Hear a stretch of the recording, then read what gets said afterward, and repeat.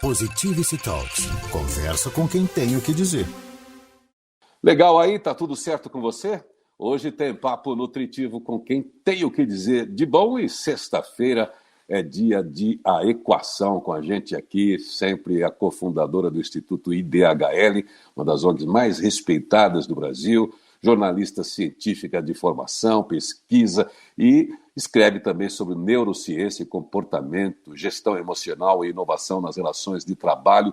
Publicou 13 livros, mais de 90 mil exemplares vendidos, 8 best-sellers, isso tudo aí, muito mais.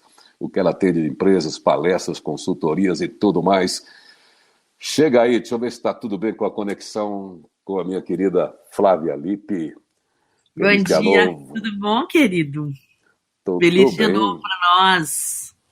Hoje você está ao vivo aqui, você vê que eu mudei de estúdio, né? Meu estúdio. Adorei. Esse estúdio aqui é legal, viu? Olha, não tem acústica melhor do que estar rodeado de árvores. Não é? Estou esnobando. Muito Nada como ter amigo para explorar, né? Para pedir casa emprestada na montanha. Bom, estou aqui, só para quem não sabe, estou aqui pertinho da sua terra, estou aqui em Gonçalves, sabe? Que delícia! Aqui em Gonçalves, Minas Gerais, aqui perto de São Bento, Sapucaí, sabe? Tem queijo bom aqui, tem goiaba. Sabe o que eu tomei aqui? Sorvete de goiaba com queijo. E é bom. Isso tem em Minas.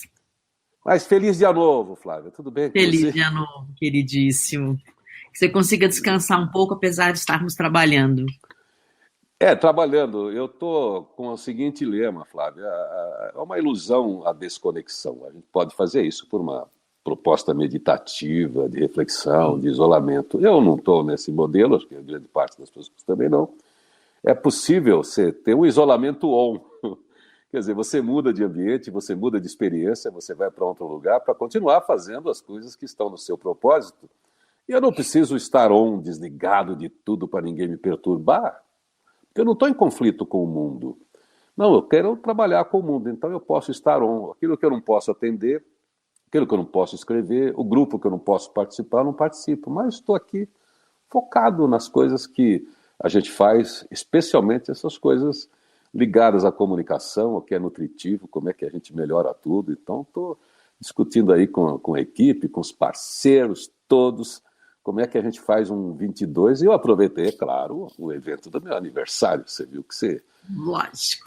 Você estava comigo aqui, peguei meu aniversário como desculpa, o Thiago me liberou, falou, vamos deixar, como a gente tem feito grande parte das entrevistas gravadas para facilitar, né, para os nossos convidados, por causa do horário. Então eu estou sempre ao vivo, mas pai tá on. Anywhere Office. Você pode trabalhar em qualquer lugar. Essa é a nossa meta de vida, né? Trabalhar em qualquer lugar. Não tem que estar presa, né, a nada, né? Eu estou fazendo a experiência que muita gente faz e a nossa atividade permite, que é o nômade, né? Atividade nômade, mas eu estou sempre no mesmo lugar e estou em todos. Nossa, isso é uma Em 2019, até chegar a pandemia, eu trabalhei em 4 países diferentes. Fiquei 3 meses na Índia, depois fiquei 3 meses na Tailândia, fiquei 3 meses em Londres, depois fiquei 3 meses entre Alemanha e Portugal, só trabalhando, viajando. Então, eu só estou esperando aí o sinal de um patrocinador, desses que nem aqui, que me arruma a casa, né, para isso, né? Então, vou estar aqui nem sei de onde, mas aí depois já entregamos aquele livro que estão esperando aí e tal. E eu falo assim, eu preciso sair para trabalhar no livro, trabalhar aqui. Bom, mas enfim, Flávia, vamos pro papo. A gente fica aqui nessa conversa de compadre, comadre, e não deu nem tempo de passar um café. Não deu. Mas eu queria saber o seguinte, sobre o que a gente pode falar hoje, papo que a gente pode trazer hoje para dialogar com as pessoas sobre uma realidade que elas podem enfrentar, sobre situações, para pensar juntos sobre algum tema do cotidiano e usar aí a filosofia, a neurociência, as experiências, porque o importante é a experiência, quem está com a gente do outro lado. Não precisa ter diploma de nada, como eu também não tenho, mas tem que validar as experiências e transformar esses conhecimentos em sabedoria. Diga lá, qual é o assunto que tem batido para você aí, dentro das organizações que se atende, como é que rola?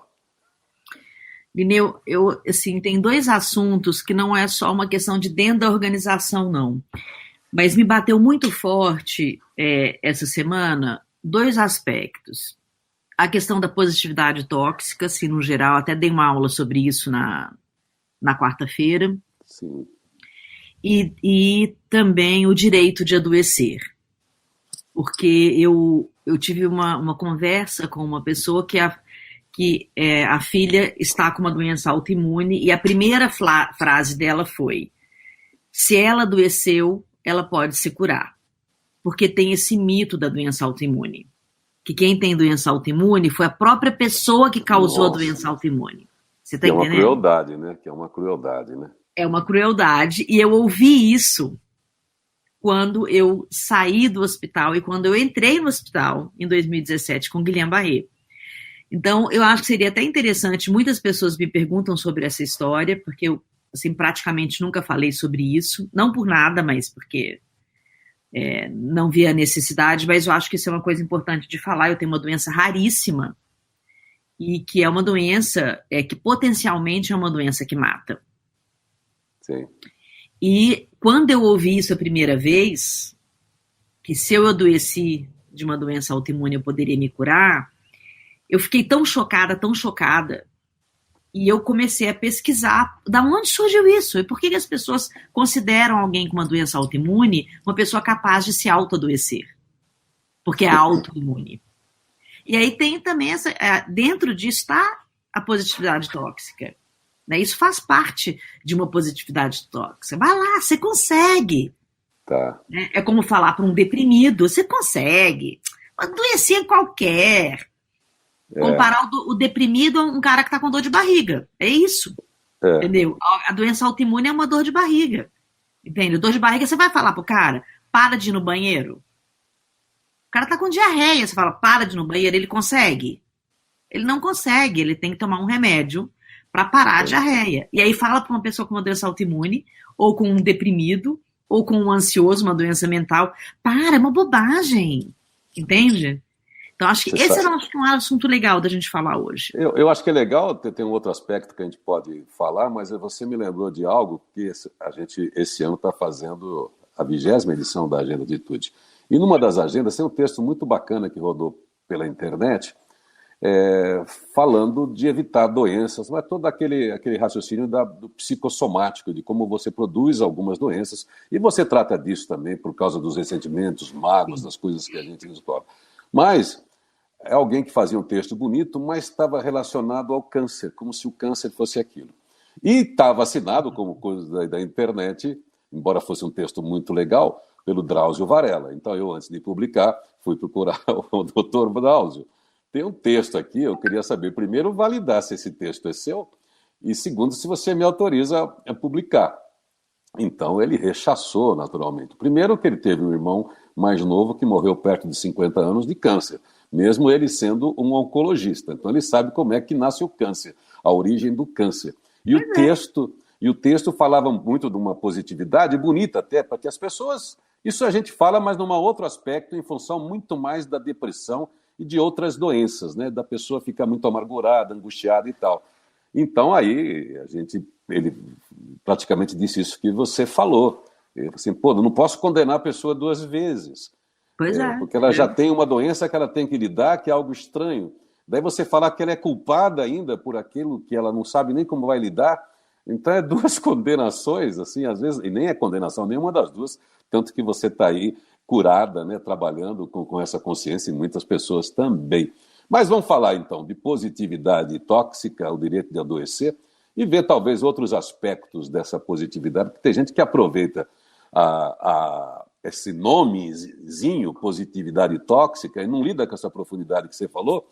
Daí pega uma pessoa otimista, uma pessoa cheia de garra, cheia de esperança, e só porque ele é amargo, tá de briga com a mulher isso eu vou falar sobre isso também. O cara não comparece, daí todo mundo que é alegre, que é animado, que põe fogo na equipe, vira positividade tóxica, porque a pessoa é autoajuda, porque a pessoa é não sei o quê.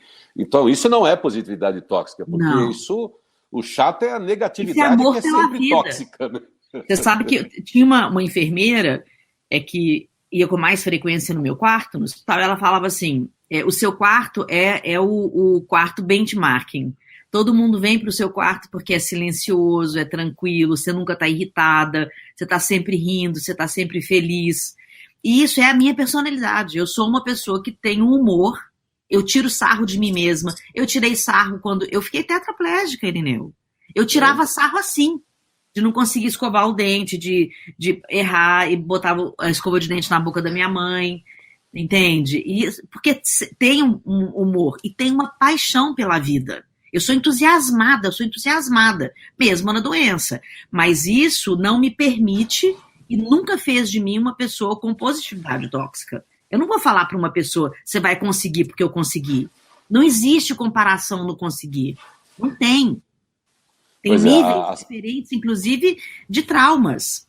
Né? Mas eu sou uma pessoa extremamente bem-humorada. Claro. E, de fato, as pessoas... Teve uma eu nunca não podia receber visita, né? E daí teve uma cliente que logo que eu estava saindo, ela pôde me visitar, e ela falou, olha, Flávia, eu vim te visitar porque eu não acreditei que você estava à beira da morte. Ela perguntou para minha mãe, é verdade que a Flávia poderia ter morrido? Aí a mamãe falou, olha, você veio no dia em que há 2 horas nós recebemos a notícia que a Flávia não sobreviveria há 2 horas. 2 horas passadas, ela estaria morta. E ela conseguiu vencer essa etapa. Você chegou no dia que ela venceu a etapa. Olha só que experiência. Bom, a síndrome, né, que te acometeu, não sei como é que se fala isso, mas foi a Guillain-Barré, né? Guillain-Barré, essa que te deixa imobilizada, você não emite sinais, nenhum médico sabe se você está ali, né? Não. Praticamente. E eles ficam falando coisas e você está ouvindo tudo, né? Tudo. Você escuta, você... Eu até vou contar um pouco sobre isso, porque é importante as pessoas entenderem de doenças raras. Né? São doenças raras, você não tem cura, mas você tem manutenção. Porque é uma doença autoimune. Mas vamos falar disso daqui a pouco. Deixa eu fazer aquele giro para ver como é que está o mundo lá fora. E o mundo lá fora está tretado. O Brasil, então, com esse ambiente político, pandemia, Ômicron. Você liga o rádio, TV, internet, está tudo aí. Então, mas vou dar uma olhada ali, porque, afinal de contas, essa realidade também impacta a nossa vida. A gente aqui é positividade, nada tóxica, mas também a gente também não é poliana. A gente está lidando com a realidade com firmeza e vamos refletir sobre isso. Pior do que não ler nenhum jornal, é ler um só. Positivity Talks. Conversa com quem tem o que dizer. Estou aqui com a Flávia Lippe, estamos falando hoje aqui, já anunciamos o tema, positividade tóxica. Tem situações em que a positividade é tóxica, tem situações que não, né, Flávia? Não vamos chamar todo mundo de positivo, que nem você que tem a alegria de viver, mesmo enfrentando o Guillain-Barré como você enfrentou, eu que também tenho a alegria de viver, mesmo estando com um super currículo no Serasa, mas eu tenho a alegria de viver. Conta pra gente como é que a gente separa. A negatividade é sempre tóxica, mas a positividade, que às vezes prejudica, que às vezes ela é tóxica e na verdade ela também avança um sinal que é insensível, né? Que é uma falta de sensibilidade para com a situação que o outro está enfrentando. Explica para a gente direito esse negócio aí. Sabe quem que passou na minha cabeça agora? Que esse papo ele poderia estar junto com a gente aqui. O Marré, né? O Marré é necessário em tudo, porque né? ele ia dar um ponto de vista muito interessante aqui a partir da comunicação pacífica, né? Mas, assim, basicamente, o que eu vejo, que as pessoas confundem o entusiasmado pela vida, que é meu caso, com o cara que propõe a positividade tóxica, é que quem faz a positividade tóxica, ele não necessariamente é uma pessoa feliz. Ele finge essa felicidade e ainda por cima joga na cara do outro. Então, assim, ele não tá conseguindo as coisas, ele fica repetindo pra ele mesmo, sabe? Tipo, aqueles coaches de sucesso, né? Sabe? Pô, teve até um exemplo aí, né? Bem recente, de um cara era um coach de lifestyle, o cara que falava de positividade suicidou. Pois terrível. Suicidou. Então, a gente tem que tomar muito cuidado com isso. Porque quem é entusiasmado pela vida é entusiasmado pela vida. Eu sou entusiasmado pela vida mesmo, como eu te falei. Eu tiro sarro de mim.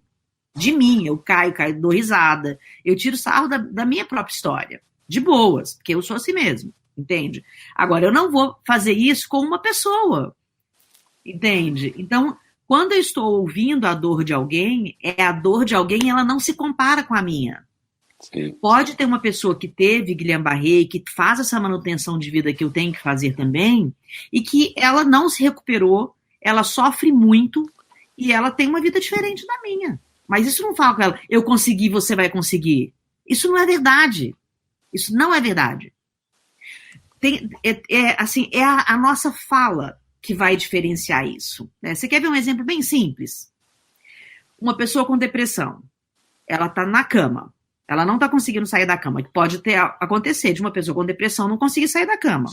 Aí você vira para ela e fala, sai da cama, você consegue, vamos lá, você vai ser feliz, não fica assim, isso não resolve.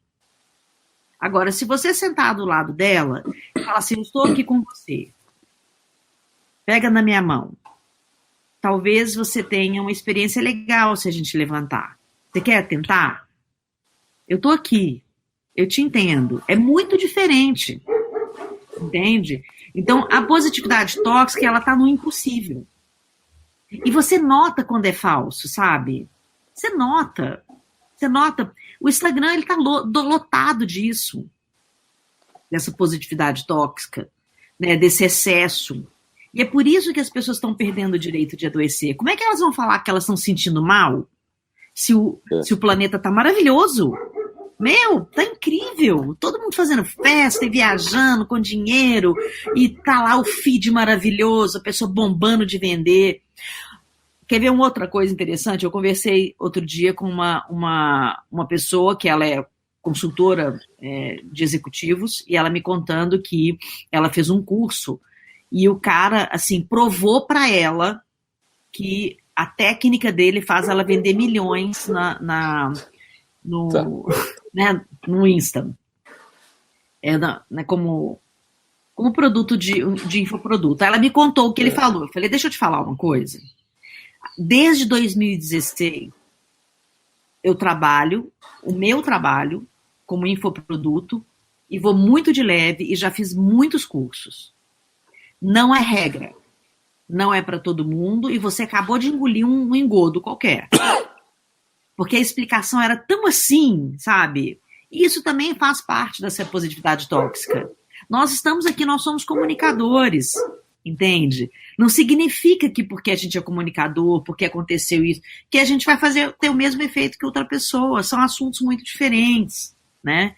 Então, assim, claro que existem pegadinhas do cérebro que são de todo mundo, porque o cérebro é o mesmo para todo mundo. Então tem os gatilhos mesmo, isso é verdade. Tem um monte de coisa que é real mesmo. Mas não garante, nada garante. E essa garantia da felicidade que é a positividade tóxica.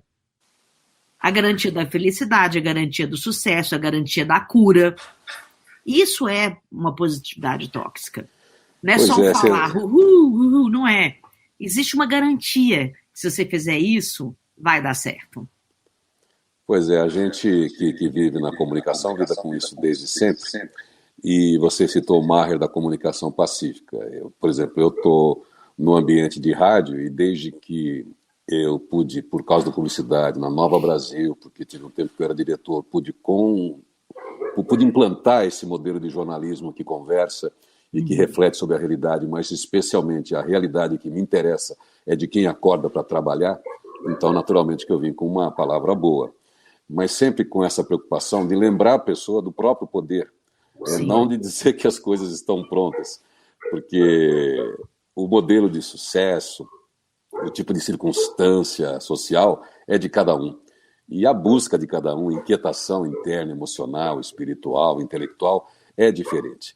Então, a gente sempre está entrevistando autores aqui, e eu falo bastante também, de minha parte, essa delicadeza de chegar para a pessoa, só lembrar que ela está viva, porque Sim. Às vezes a gente esquece, porque o mundo está complexo, e a gente faz tanta coisa todos os dias, a gente fica como uma narcose de realidade, né? Então você todo dia é bombardeado, daí você esquece de pensar em você. Então a gente precisa chegar perto e falar, pessoal, tá tudo certo aí, tá indo bem, você está dando atenção, você está conversando com você, está em conexão, você parou. Então a gente sempre fica aqui sugerindo pausas para que a pessoa encontre um modelo pessoal de firmeza. E claro, a gente no rádio, e eu tenho essa felicidade de invadir o espaço da pessoa íntimo, o mais íntimo, que não é da nudez, que não é do banho, o espaço do ouvido, quando ela às vezes não está com uma comunicação boa em casa, ou não tem com quem se comunicar, ou porque está num hospital. Eu tive essa experiência nesses meus 40 anos de rádio. De repente a pessoa te escreve, aquilo que você falou, é isso que você disse, como se eu tivesse chegado segurado na mão da pessoa. Não porque o Irineu tem qualquer santidade, mas que o Irineu foi conversar, olha, você está aí, tal. Se está viva, se está vivo, tudo pode mudar, alguma coisa você pode fazer, mas é sempre você pode fazer. Mas não estou dizendo, como é que você sai daí, é você. Eu falo assim, organize a agenda, eu falo 20 anos, organize seu tempo sem esquecer do principal. E o mais importante, e o que é o mais importante? A pessoa fica esperando, eu falava assim, não, eu não sei o que é mais importante, você que deve saber. Porque eu não sei o que é mais importante para a Flávia. Eu tenho conexões, tenho afinidades de ideias, de valores, é isso que a gente tem e conseguimos dialogar. Mas, enfim, é um cuidado constante, porque é uma falta de conexão, né? Você sai da realidade, você não entende, não tem a empatia de entender a profundeza da dor do outro, sim, ou da questão do outro.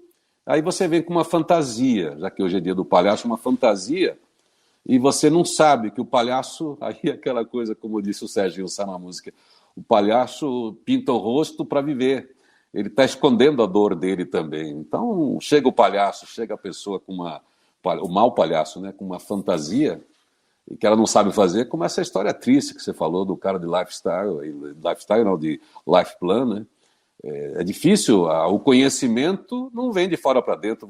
Quantos tempos você já esteve, quantos cursos você fez, quantas formações para atender as suas inquietações. Então, uma pessoa precisa ir para a profundidade para entender um pouco da dimensão do outro, né? Sim.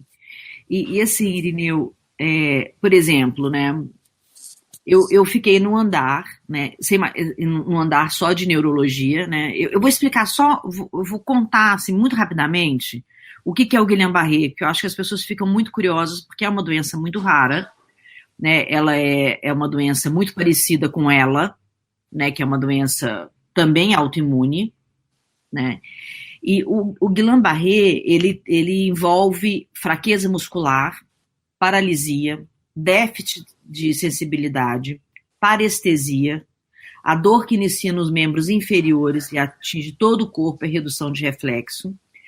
A fraqueza, ela atinge a musculatura respiratória, então ela é muito parecida com o Covid, tá? Então tem uma necessidade de ventilação mecânica, assim, em grande parte dos casos, e tem uma disfunção do sistema autonômico, qual que é esse sistema? Função urinária, taquicardia, hipertensão, insônia, dificuldade de comunicação, deficiência nutricional, trombose venosa.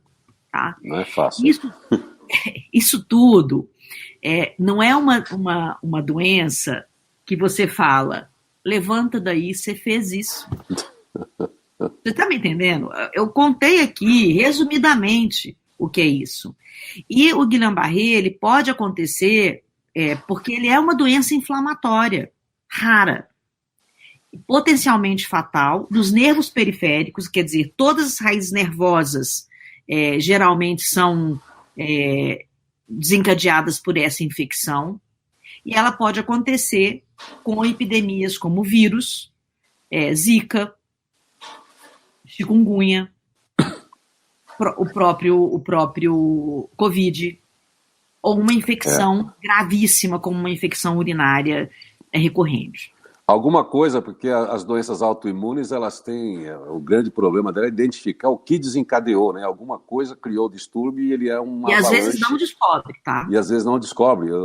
Às vezes não descobre o que foi que desencadeou. No meu caso, foi uma picada de mosquito. Então, Flávia, eu ouvi várias coisas, que é um negócio muito complicado, assim, você imagina. Eu ouvi, por exemplo, você fez tanto, assim, sem prestar atenção na sua vida, que o mosquito te achou. Entendeu?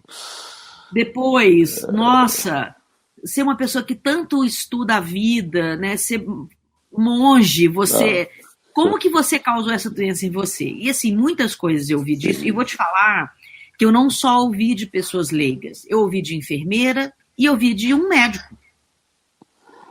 Eu ouvi de um Ô médico. Flávia, você me conta um pouco daqui a pouco, deixa eu fazer um intervalo aqui, dar uma passada lá fora, me conta um pouco depois como é que foi essa sua trajetória de volta e um pouco dessa experiência, só para que as pessoas possam imaginar e elaborar com outras situações para a gente atividade tóxica com quem realmente está na situação. Mas você me lembrou o Tejon que esteve aqui,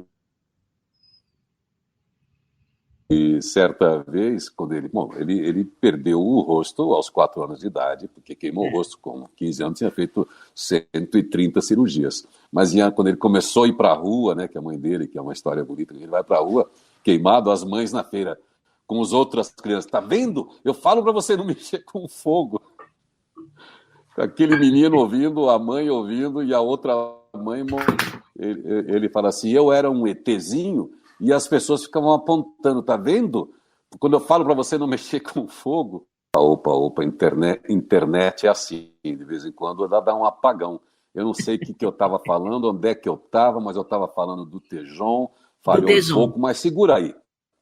Segura aí. Então, a gente volta a falar de positividade tóxica, do direito de adoecer, e da sensibilidade, da comunicação, e eu vou aqui dar uma olhada nos portais para ver como estão as notícias, mas a palavra-chave hoje aqui é resultados. O Saramago acabou de me mandar uma mensagem aqui no WhatsApp, viu, Flávio? Ele está dizendo o seguinte sobre resultados. Os bons e os maus resultados dos nossos ditos e obras, diz ele, vão se distribuindo. Supõe-se que de uma maneira bastante uniforme e equilibrada por todos os dias do futuro, incluindo aqueles infindáveis em que já cá... Olha a expressão portuguesa bonita, né? Em que já cá não estaremos para poder comprová-lo, para congratularmos-nos ou para pedir perdão. Aliás, há quem diga que é isto a imortalidade de que tanto se fala. Positivity Talks. Conversa com quem tem o que dizer. Tá aí você, Flávia Lippe. Onde é que você está? Chegando aqui. Ah, tá. Tem algum botãozinho que não está funcionando hoje. Flávia, a gente estava falando aqui, poxa vida, a internet está te congelando também. A gente estava falando aqui desse dilema da positividade tóxica, de como é que as pessoas fazem uma abordagem imprópria, indelicada, por não reconhecer o estado da outra pessoa. Você contou aí, você viveu isso na pele, que você estava ali, você não se comunicava com o mundo, mas você ouvia e percebia todo o ambiente e ouviu abordagens até de médicos que, se você não fosse essa pessoa também animada com a vida mesmo naquela situação, talvez você não encontrasse forças espirituais, vamos chamar assim, né, para continuar com a sua expectativa. Bom, o importante é que você está aí, linda, inteira, trabalhando, fazendo tudo que sempre fez, tomando cuidado para nunca mais ter esse problema. Mas conta para a gente como é que foi sair disso e o que é que a gente tira de experiência, mais uma vez, para reforçar nesse final aqui de papo, para que as pessoas pensem, independente de uma coisa tão grave como você teve, mas dentro de situações da realidade de cada um, das dores de cada um, como é que uma pessoa tem, reforçando aí, uma abordagem positiva de fato, uma abordagem positiva não tóxica com quem está passando por um dilema. Uma abordagem tamo junto. Irineu, assim, eu sempre me emociono, sabe? Com isso. Porque Não é difícil. depois de 30 dias, né, que eu já estava no hospital, teve um dia que uma enfermeira me abraçou e ela falou assim, eu vou passar um batom em você, eu vou te arrumar e vou tirar o avental e vou botar uma roupa em você, porque eu sei que você não consegue e eu não tô fazendo isso para fingir uma felicidade ou fingir que você tá bem, mas que você possa se olhar e se reconhecer. E essa enfermeira me marcou muito, porque ela me abraçava, e é proibido abraçar no hospital, né? E ela me abraçava e ela falava, porque o abraço, na verdade, era o único momento que eu parava de sentir dor. Então, meus pais, meu pai e minha mãe, eles me abraçavam para parar minha dor. Eu só dormia abraçada à minha mãe, senão não parava a minha dor. E toda vez que eu me lembro que tem alguém que pode estar sentindo a mesma coisa que eu senti, e que tem alguém que fala para ela, você adoeceu e você pode se curar, dói meu coração, sabe? Porque eu sei que não é uma escolha. Não é uma escolha. Mas também tem uma coisa que eu posso dizer. A gente não escolhe adoecer, a gente não escolhe se curar, mas a gente tem a intenção da vida. Eu tinha uma intenção muito grande de permanecer viva, né? De continuar compartilhando conhecimento e continuar compartilhando amor. Então eu me apeguei muito ao desejo de ver a vida da forma que ela viesse, né? Em nenhum momento eu falei, não, eu quero ficar viva mesmo que eu fique vegetando. Eu nunca desejei isso. Eu desejei viver de verdade, né? E todos os dias, Irineu, da minha vida, depois desse episódio, que foi em 2017, todos os dias eu tenho que fazer um esforço tremendo, físico. Uma alimentação especial, um exercício físico especial, fisioterapia 3 vezes por semana, até hoje. Até hoje. E isso não me entristece, isso é só um contexto. Mas eu posso compartilhar o que deu certo. Pode ser que não dê certo para todo mundo que tem uma doença autoimune. Mas eu, inclusive, estou me disponibilizando desde aquela época. Eu estou gravando tudo que eu faço para melhorar a dor de alguém que tem uma doença autoimune. E eu recebo ligação direto. Flávia, uma amiga minha tem uma doença autoimune, o que você pode falar para ela? E eu converso com essas pessoas. No sentido de compreender o que ela está sentindo e compartilhar aquilo que deu certo para mim. Que tipo de alimento, que tipo de tratamento, que tipo de acompanhamento, o que você talvez consiga fazer para melhorar, entende? Mas em nenhum momento prometendo que o que eu fiz vai resolver a vida dela. Porque essa promessa não existe, não tem como. Somos muito diferentes. E os médicos, assim, eles foram muito claros enquanto eu estava internada, inclusive. O neurologista falou, olha, o estilo de vida que você escolheu também foi o que te fez sair daqui sem sequelas. As sequelas que eu tenho são imperceptíveis, assim. Eu tenho sequelas, claro, mas são sequelas que não são tão óbvias como as sequelas das pessoas que eu via no hospital. Né, andando de cadeira de roda, pessoas com um lado inteiro do corpo paralisado e nunca mais voltou, pessoas que têm crises pelo menos uma vez por mês e voltam para o hospital com Guillain-Barré. Eu não voltei mais para o hospital, entende? Desde 2017. Então, assim, ele fala que o estilo de vida também, existe uma importância nisso, né, porque o nosso contexto, ele é DNA, né, claro, ele é genético, ele é aquilo que você escolheu como estilo de vida e é também o ambiente que você vive. Tem uma combinação que não é única. Tem inclusive, para você ter uma ideia, condição socioeconômica, tem a ver com o seu sistema imunológico. Sim. Entende? Tem muita coisa envolvida. Né, o fenótipo, o genótipo, o ambiente, tem muita coisa que interfere nisso. Então, é muito cruel o seu dizer para uma pessoa, faça o que eu fiz e você vai sobreviver. Até porque um medicamento que eu utilizei para sair da crise, ele custava R$9.000 a hora. A hora. Eram 8 horas por dia, no mínimo. Eu tinha um plano de saúde. E quem não tem? E quem não tem? Então, você sabe que você falando desse assunto, de dicas, eu queria até lembrar aqui, você que está nos ouvindo e conhece alguém, tem o Dr. Vanderlei Pires Ribeiro, que é um dos principais do núcleo principal ali de quem criou o protocolo de vitamina D no Brasil. E ele se dedicou a isso, ele largou as palestras que ele fazia para empresas, ele está lá. Ele não quis ainda entrar no papo do programa aqui, porque é muito complexo falar, mas ele, a qualquer momento... E é muito complexo. Eu fiz o tratamento de vitamina D também. Eu também fiz depois que eu saí do hospital.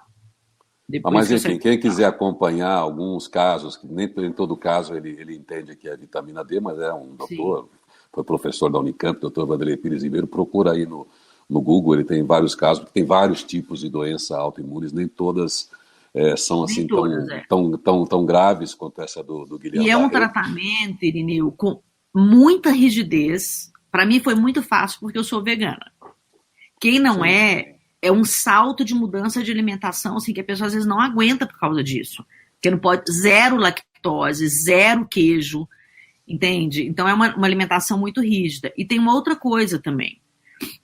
O cuidado é muito grande, porque você sobrecarrega os rins. Então tem que tomar um cuidado muito grande para não perder as funções renais. Então é uma pessoa que tem que ter determinação mesmo. Determinação, saber o que é uma rotina. Não é para todo mundo, não.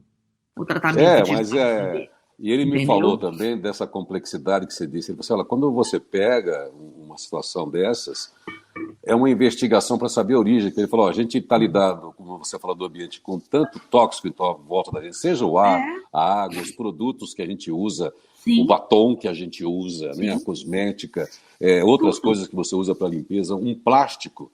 Ele falou assim, olha, esse plástico aqui tem mais de 5.000 componentes. Às vezes um componente que tem aqui é o que desencadeou, mas a gente não sabe. Então, você vai fazendo alguns testes com a pessoa até detectar que de fato é autoimune para ver se aquele elemento, como é que eu tiro aquilo. Daí ele vai fazendo esses exercícios, seja a alimentação, os hábitos e tudo, para ver se controla. Controlou, você começa a tratar, né? Por isso que o estilo de vida contou muito, né? Assim, eu sou minimalista. Todo mundo assim que já me conhece sabe disso. Eu como que eu planto na minha horta, né? Eu planto, eu colho, eu como, né? Tenho uma alimentação, sempre tive. Eu sou vegetariana desde os 17 anos, né? Então assim, faço esporte, nado todo dia.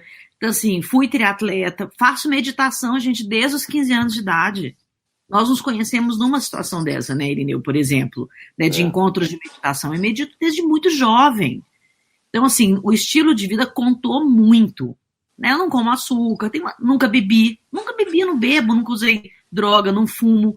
Então, assim, existe todo um contexto que ajudou também a minha recuperação. Né? Puxa Por isso vida, que tem Flávia. que tomar muito cuidado, né? Porque cada um é um. Agora, pensa isso que a gente está contando aqui, num ambiente de trabalho tóxico, Irineu, uma pessoa que tem uma doença autoimune, as pessoas esquecem que hipotiroidismo, hipertiroidismo, que é super comum, milhões de pessoas têm. O hipertiroidismo e hipotiroidismo, que são uma doença autoimune, trazem cansaço, falta de memória, distúrbio do humor, variação de peso, depressão, ansiedade. E a pessoa que tem hipertiroidismo, ninguém leva em consideração que ela pode estar numa crise dessa e tem que bater o cartão lá, entendeu? Pois é, Flávio. Então aí a gente volta então para a positividade tóxica. Vamos fazer aqui então essa recomendação. Perceba o outro em vez de querer fazer com que ele engula uma fórmula, um jeito próprio, ou que você ignore o que ele está sentindo para falar o que você acha. Então o primeiro ponto é reconhecer o outro, certo? E entender o outro, estar perto e necessariamente não chegar com uma fórmula mágica para um assunto complexo que você nem mesmo conhece. Isso é positividade tóxica. Não que você não precise ser positivo, legal, ativo ali, assertivo, perto de quem quer que seja, né? Fale de você, né? Não fala do outro, né? É bem isso, sabe? Você pode falar que, olha, eu consegui isso. Agora eu queria terminar mim. Essa conversa. Eu queria terminar essa conversa lembrando de uma história bíblica que todo mundo conhece, né? Lázaro está morto, tá a família lá chorando. Caramba, Lázaro morreu, tá aí. Pô, calma, Jesus está chegando. Jesus está vindo aí. Pô, Jesus chegou. Jesus chorou. Jesus chorou. Lázaro está morto. Depois, Jesus ressuscitou Lázaro. Ele falou, porra, esse Jesus aí, porra, piada, né? O cara, em vez de chegar logo resolvendo, pô, já cura o cara, já bota o cara em pé, já bota a festa na casa. Daí Jesus falou assim, não, quando eu cheguei, aí que está o ensinamento de Jesus, talvez é desse contexto, quando eu cheguei o sentimento era de dor, o sentimento era de sofrimento. Então eu chorei porque as pessoas estavam tristes. Então, no primeiro momento, você se conecta com o que está acontecendo. Então, isso é uma das parábolas, umas passagens mais bonitas por esse aspecto, né? Primeiro eu choro, Jesus chega e fala, pô, as pessoas estão tristes, as pessoas estão sofrendo, eu sofro junto com elas primeiro. Agora, depois vem a cura, depois vem o milagre, depois vem seja lá o que acontecer. Bom, a gente é muito feliz que você tenha vivido essa experiência dolorosa, profunda, que eu sei que ainda é um fantasminha que vive na sua cabeça, mas que você esteja em pleno vigor das suas atividades, que, pelo menos você como exemplo, mostre para muitas pessoas que podem ter acesso a esse conteúdo, que cada um do seu jeito sai. A gente conhece situações das mais diversas de pessoas que saem. Como é que elas saem? É uma inquietação, é um mistério dentro de cada um, você tem o seu mistério, mas o legal é isso aí, essa disposição interna, mental, com o último recurso que você tem, seja lá qualquer, como você tinha a vontade de viver, qualquer situação, eu estou vivo, eu vou voltar a fazer o que eu quero. Flávia, inclusive, Vinícius, assim, só para encerrar, a equação que a gente fala tanto, a equação, eu usei toda a experiência que eu tenho na minha vida para construir a equação, na tentativa de desenhar o caminho que eu fiz, que se pode ser útil para alguém. Tudo que eu estudei, tudo que eu experimentei, todo tipo de alimentação, a equação é tudo, é corpo, mente e espírito da minha experiência de vida. A equação é um retrato da minha vida de verdade. Quando a pessoa fala o que é a equação não é um curso. Não é mesmo. A equação é a minha história de vida dividida em passos para que, se alguém se interessar e se for útil, tem a história da minha carreira, tem a história da minha dor, tem a história do meu sucesso, tem a história de tudo que é da minha vida, só que num método que facilita a pessoa, corta um caminho, né? Porque eu tô aí com 55 anos, tem um caminho aí trilhado. Eu cortei um caminho para facilitar a vida das pessoas. A equação é isso. Não, você tem a metáfora que você criou aí para auxiliar as pessoas no planejamento das vidas, das suas vidas, né? A partir da sua experiência. Você tem essa experiência profunda, pessoal, claro, como todos nós temos aqui que estão validando essa conversa, e você tem a sua busca por metodologias, por práticas, por ciências diferenciadas. Você é uma pessoa transdisciplinar, quer dizer, da neurociência à espiritualidade, você tem essa inquietação, porque a comunicação e a instrução e a educação faz parte da sua vida. Mas, enfim, quem quiser conhecer mais Flávia, tem o Instituto IDHL, que é uma das mais antigas ONGs que a gente tem aí, respeitadíssima, você pode acessar para conhecer o trabalho, tem os conteúdos da Flávia também lá no IDHL, você pode participar, você pode colaborar, você pode, enfim, aproveitar, usufruir, pode fazer cursos mais aprofundados, que tem tudo ali, tem coisa online, tem coisa presencial. E eu agradeço você que sempre está aqui às sextas-feiras, colocando o seu tempo à disposição de tanta gente, a gente sempre muito feliz com tantos downloads que o programa tem. É sinal que a conversa realmente está rolando solta. E a gente começa a conversa aqui, mas essa conversa não termina porque as pessoas vão continuar conversando sobre isso. E é essa a nossa proposta, né? O diálogo nutritivo, né, entre o Irineu e a Flávia. Entre eu, a Flávia, você que está aí no podcast, no Spotify, na Apple, no YouTube, no Instagram, você que pegou pela rádio, você que aparece aqui de manhã, enquanto a gente está fazendo ao vivo, você que não aparece nunca, mas que está aí, a gente sente. Estamos conectados pelos princípios, pelos valores, pela vontade de viver e fazer um mundo melhor todo dia a partir do nosso mundo. Tá certo, Flávia? Obrigado. Sexta-feira que vem tem mais. Positivity Talks. Conversa com quem tem o que dizer.